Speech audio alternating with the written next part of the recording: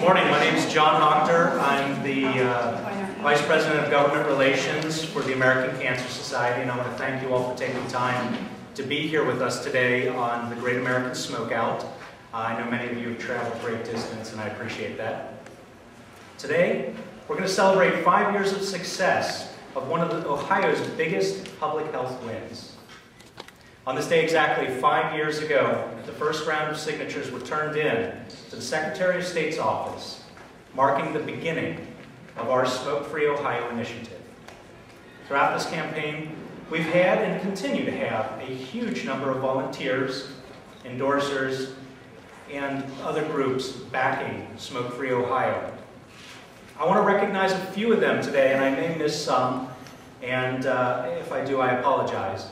But I want to recognize Tom Bonda, Dr. and Mrs. Danelski, Len Fisher, Gary Richmond, Catherine Buxton, Gary Belts, Gene Selby, Denise Gall, Barb Walensky, Becky Schindler, Kathy Blackstone, Patricia Markham, Stu Kerr, and Grace Tombos.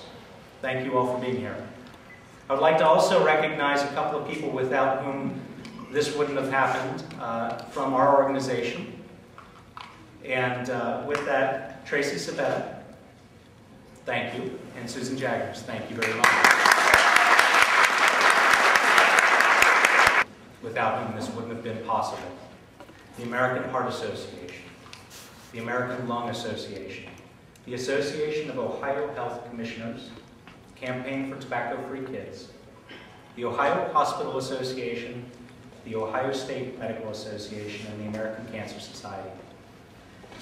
There are also friends of ours who helped us and continue to help us, and that is our friends from the Ohio Department of Health. Thank you very much. Not only have we had the support of many dedicated volunteers and major health organizations, but Ohio voters have been with us on this initiative as well. In 2006, Smoke-Free Ohio passed with an overwhelming majority, 2.2 million votes, making Ohio the first Midwestern state and the first tobacco-growing state to enact such a law. This was truly historic. Since then, the support for Ohio's landmark law has continued to increase. In a poll completed just last month, we found that among Ohio voters, support for Smoke-Free Ohio continues to climb. The new voter survey shows Smoke-Free Ohio's approval rating stands strong at 69%, the highest approval percentage the state has seen to date. Additionally, Ohio voters want to see no exemptions made to this law.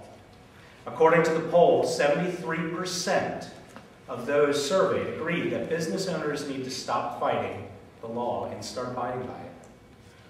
And lastly, a majority of those surveyed stated that they would not vote for a lawmaker who approves legislation to weaken the Smoke-Free Ohio law. These new poll results show a record number of Ohioans are enjoying breathing clean air.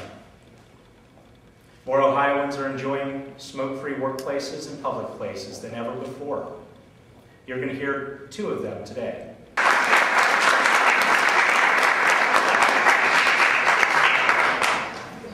It's deserved credit to everyone who collected signatures for Smoke-Free Ohio, and they are scattered about the state today. But if we were to elect a most valuable player among those all-stars, it just so happens by coincidence he's seated here today. I would like to invite to the podium our MVP, Len Fisher.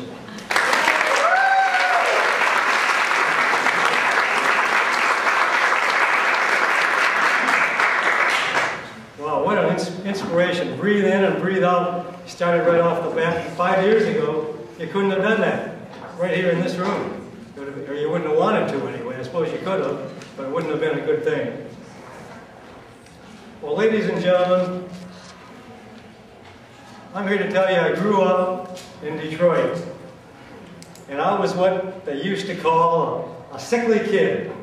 And my mother would take me to the doctor's office, and we'd sit in a waiting room where about half the people in the waiting room were smoking, including my mother, and they didn't know how bad it was. No one knew how bad it was, and in fact, then they called my name, they'd take me into the doctor's office, and sometimes the doctor was smoking. And they gave me an examination trying to figure out what was wrong, why I couldn't breathe very well. And they said, we don't know. We just can't figure out what's wrong with you. Can't figure it out. And that went on for my entire young life, until I got drafted in the Army. And I found myself living in a small tent in a southern Georgia swamp, just me and my rifle. And all of a sudden, ladies and gentlemen, I was the healthiest that I'd ever been in my entire life. And I figured it out. What I needed was mosquitoes and fungi. And a lot of fresh air. It was a wonderful, wonderful thing. But then by the time I came home in 1967, my mother greeted me making these terrible, terrible noises when she tried to breathe. And I'm saying tried to breathe. And it was a pretty awful situation. And by this time, she had actually quit smoking because the medical community had figured out the relationship between some of these kinds of diseases and smoking. But it was too late for her. Then I came to Columbus, and I joined an organization called the Columbus Roadrunners Club. And I became a part of a relay team that ran a 300-mile relay in Michigan every year. And we were a pretty close-knit group. In fact, a very close-knit group. We were all healthy and we all supported each other. And one of the members of our team was a triathlon. In fact, he was an Ironman triathlon. And he was also a member of his local water board. And my friend Gene was diagnosed with lung cancer, and he died very soon thereafter. And it puzzled all the rest of us members of our team, in fact, the whole running community, why this guy would have got lung cancer. And I kind of remember meeting him sometimes. I'd go down and pick him up so we could go for a run. And he would meet with the water board.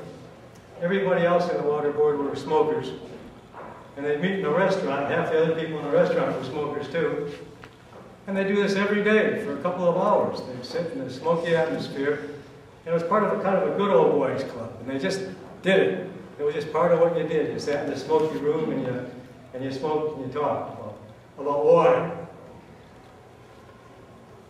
And I wasn't happy about the smoke, and he wasn't happy about the smoke, and we talked about it a lot during our runs, but he felt he had to go. He had to be part of this group, and that was just the way it was. The ravages of secondhand smoke struck home again. And the timing of this event coincided with my retirement. And I pretty much at that point kind of dedicated the rest of my life, if it was going to take the rest of my life, to be part of the birth of Ohio's smoke-free effort. And there were lots of meetings, as many of you remember. I'm talking about lots of meetings. And then we spent a lot of time going around getting signatures for the Smoke-Free Act.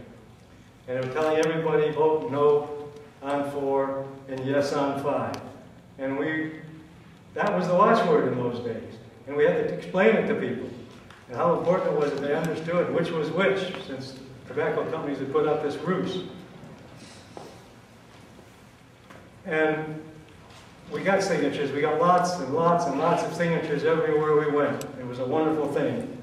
And I'll never, ever, ever forget that election eve when Smoke-Free Ohio, the Smoke-Free Workplace Act, as we called it, passed by such a great margin. And that's why I'm so happy to be here today celebrating the Great American Smokeout. John?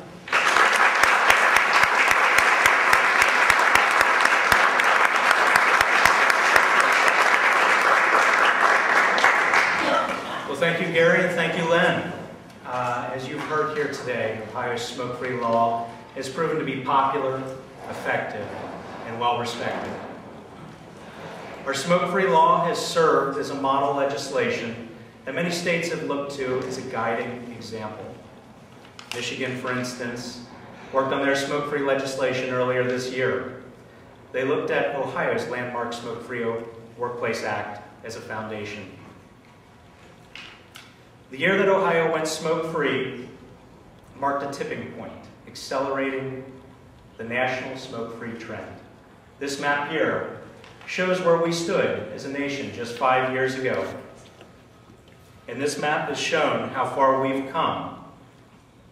So much so that you will see that as of right now, there are only 14 states that have not enacted some form of statewide smoking ban. Just 2 weeks ago, South Dakota passed their own statewide smoke-free law. With this addition, there are now 36 states, the District of Columbia, and Puerto Rico, that have healthier workplaces and healthier communities.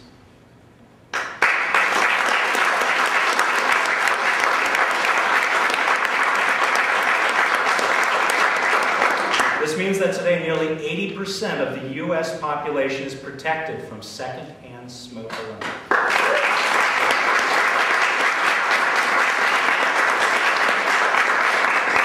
Ohio set the precedent in the smoke-free movement, and I'm proud to be standing here today celebrating the 5th anniversary of the beginning of our journey to protect everyone's right to breathe clean indoor air.